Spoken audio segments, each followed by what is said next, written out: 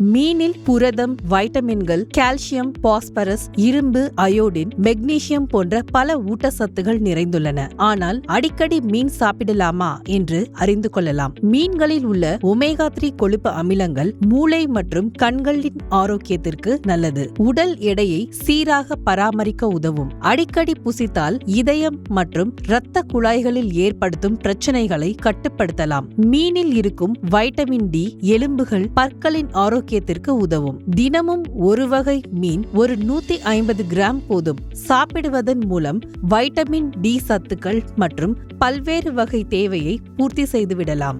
மீன் சாப்பிடுவது மன ஆரோக்கியத்திற்கும் நல்லது. மனசோர்வு, மன அழுத்தத்திற்கு ஆளாகுபவர்கள் தினமும் மீன் சாப்பிட்டு வரலாம். கெட்ட கொழுப்பை குறைப்பதோடு கெட்ட கொழுப்பு சேர்வதையும் தடுக்கும். முடக்குவாதத்தில் ஏற்படும் வீக்கம் மற்றும் வலியை குறைப்பதற்கு மீன் உணவு ஒரு சிறந்த தேர்வாகும். மேலும் ஆழ்ந்த தூக்கத்திற்கு வழிவகுக்கும். தோல் பளபளப்பாக இருக்கும் மீன்கள் மெர்க்குரி அதிகம் கொண்டவை. அதை மட்டும் தோல் நீக்கி சாப்பிட்டு பயன்பெறுங்கள். நன்றி.